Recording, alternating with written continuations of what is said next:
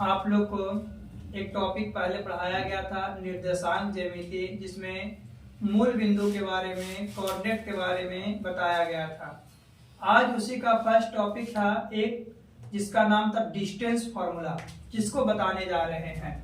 Distance formula कहने का मतलब क्या होता है? डिस्टेंस फार्मूला कहने का मतलब आपका है दूरी सूत्र। दूरी सूत्र।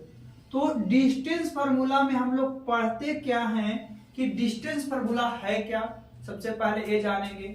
डिस्टेंस कहने की मतलब होता है दूरी, और दूरी जब भी निकालते हैं तो उसके लिए 2 पॉइंट होना जरूरी है। जैसे कहें कि यहां से वहां का दूरी निकालिए, वहां कहां कोई फिक्स पॉइंट होगा तो जी, तो सबसे पहले दूरी को निकालने के लिए हम लोग को 2 पॉइंट का होना जरूरी है। हाँ, ये हो सकता है कि एक मूल पॉइंट, एक आपको बताया कि वहां तक जाना है, लेकिन एक है कि मूल बिंदु चल रहा है, तो मूल बिंदु जहां है वहां से चलना प्रारंभ करेंगे। तो दूरी को निकालने के लिए हम लोगों को 2 पॉइंट का होना जरूरी है।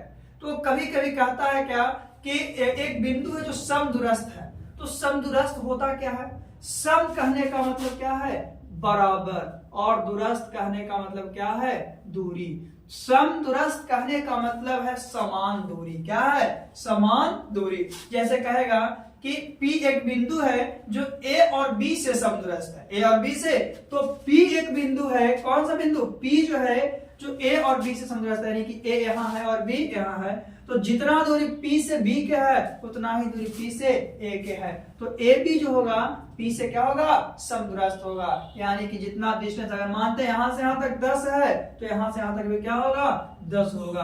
तो A होता है समदूरस्थ, यानी कि समान दूरी। जितना उस तरफ उतना ही इस तरफ, यानी कि जो AP होगा वो किसके? P और B के बराबर। A जो होगा आपका क्या होता है? समदूरस्थ होता है। यानी समदूरस्थ कहने का मतलब समान दूरी। क्या है? समान। जितना होने जाएगा उतना ही होने जाएगा। तो दूरी के लिए क्या 2 पॉइंट है कि नहीं? देखिए, यहां से यहां भी 1 पॉइंट है, यहां से यहां भी 1 पॉइंट है, तो ए दोनों के बीच दूरी कर सकते हैं। ए दोनों के बीच दूरी कर सकते हैं, लेकिन जो बीच में अगर यहीं से चले, यहां भी, यहीं से यहां भी चले, तो ए मूल दूरी भी कहला सकता है। क्या कहला सकता है? मूल दूरी। मूल दूरी किसको कहते हैं? जो आपका मूल बिंदु है, यहां से चलना प्रारंभ करते हैं, 0 0 को मूल बिंदु कहा जाता है। तो डिस्टेंस फार्मूला जो है, एक फार्मूला होता कौन सी है? इससे आपका 3 या 4 नंबर का क्वेश्चन हर साल बोर्ड एग्जाम में पूछता है, और इस बार भी पूछेगा। डिस्टेंस फार्मूला कहने का मतलब होता है आपका, देखिए क्या है, समदूरस्थ के बारे में जाने। डिस्टेंस फार्मूला कहने का मतलब जाने क्या, कि दूरी सूत्र एक होता है under root x2 minus x1 का whole square plus y2 minus y1 का होल स्क्वायर। और ऐसे भी हम लोग बोले थे कि निर्देशांक में हम लोग पढ़ते हैं किसके बारे में? अलजेब्रा के बारे में पढ़ते हैं, लेकिन ज्योमेट्री के माध्यम से पढ़ते हैं। किसके माध्यम से? ज्योमेट्री। आप बताइए, क्या दूरी सूत्र जो हो गया आपका x2 माइनस x1 का whole square plus y2 minus y1 का होल स्क्वायर, ये यही पूछता है मूल बिंदु से दूरी। क्या? मूल बिंदु से दूरी। तो मूल बिंदु से दूरी क्या है? तो under root x square plus y square. मूल बिंदु कहने का मतलब 0 0, तो कहीं जा ही नहीं रहे हैं तो 0 0 तो होना तय है। कहीं जा ही नहीं रहे तो क्या है?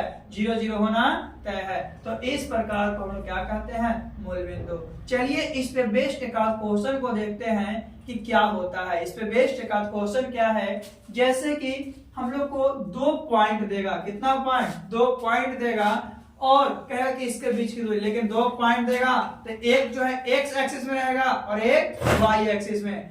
x पर जो है हमेशा y 0 होता है, और y पर x हमेशा 0 होता है। यानी कि x अक्ष पर y 0 और y अक्ष पर x 0। कहेगा कि 4,3 और 5,8 के बीच की दूरी ज्ञात कीजिए। 8 के बीच की दूरी। तो बीच की दूरी ज्ञात करना है, कि उसके बीच कितना डिस्टेंस है वो निकालना है। तो एक जो पॉइंट है कितना है?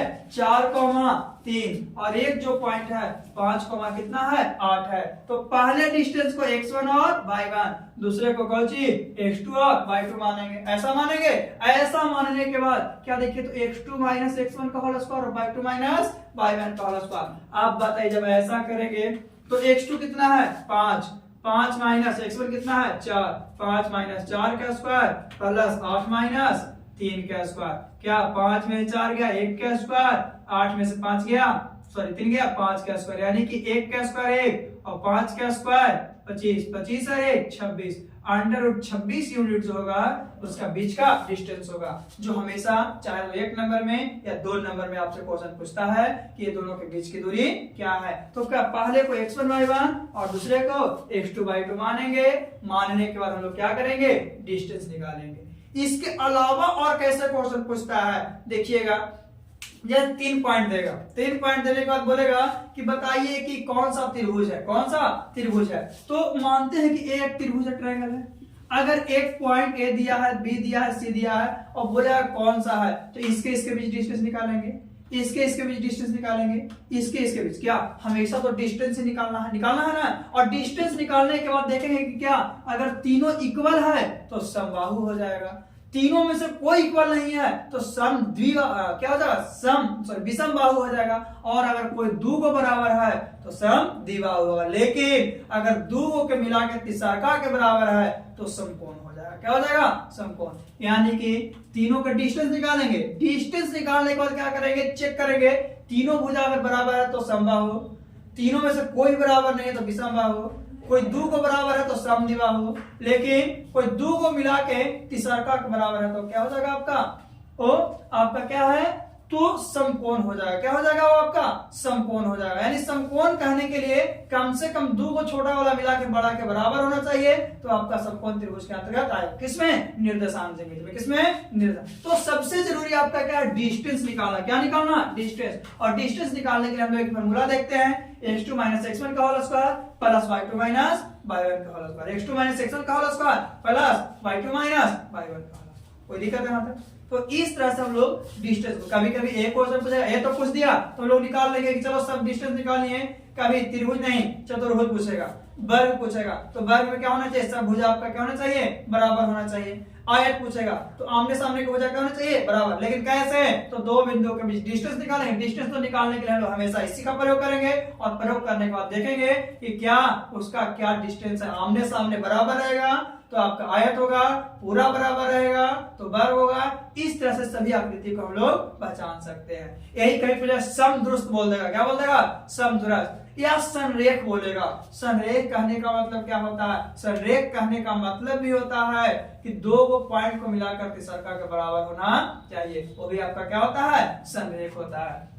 समदुरस्त तो पहले ही बताया, जैसे कहेंगे कि मूल का जो 6 4 जो है क्या है कि 4 3 और 5 और 6 4 जो समदुरस्त है, क्या 6 4 से समदुरस्त। ऐसा क्वेश्चन रहेगा कि 4, 3 और 5, 8 जो है 6 4 से क्या है, समदुरस्त है। तो यानी कि इसका नाम ए, इसका नाम बी, इसका नाम सी, तो ए बी जो होगा किसके बराबर होगा, बी सी के। क्या पहले ए दोनों के बीच डिस्टेंस निकालेंगे और फिर ए दोनों के बीच डिस्टेंस निकाल के देख लेंगे और दोनों को इक्वल करके सॉल्व कर देंगे, जो आंसर आ जाएगा उसका रिलेशन हो जाएगा, जो आंसर आएगा क्या होगा, उसका रिलेशन। इस तरह से हम लोग डिस्टेंस फार्मूला के बारे में जानते हैं, जो कि आपका हर साल चाहे ऑब्जेक्टिव में या सब्जेक्टिव में मूल बिंदु से पूछेगा तो डायरेक्ट निकाल देंगे। ऐसे हम लोग को समरूप कहेगा, क्या समदुरस्त कहेगा तो ऐसे निकालेंगे, त्रिभुज चेक करना कहेगा तो ऐसे करेंगे। इस तरह से हम लोग क्या है, इसको चेक करेंगे। ऐसे इसका जो क्वेश्चन है वो आपको अगले जो भी वीडियो जाएगा इसका, उसमें आपको क्वेश्चन को बताया जाएगा, जो फुल्ली आपको एनसीईआरटी लेवल में है।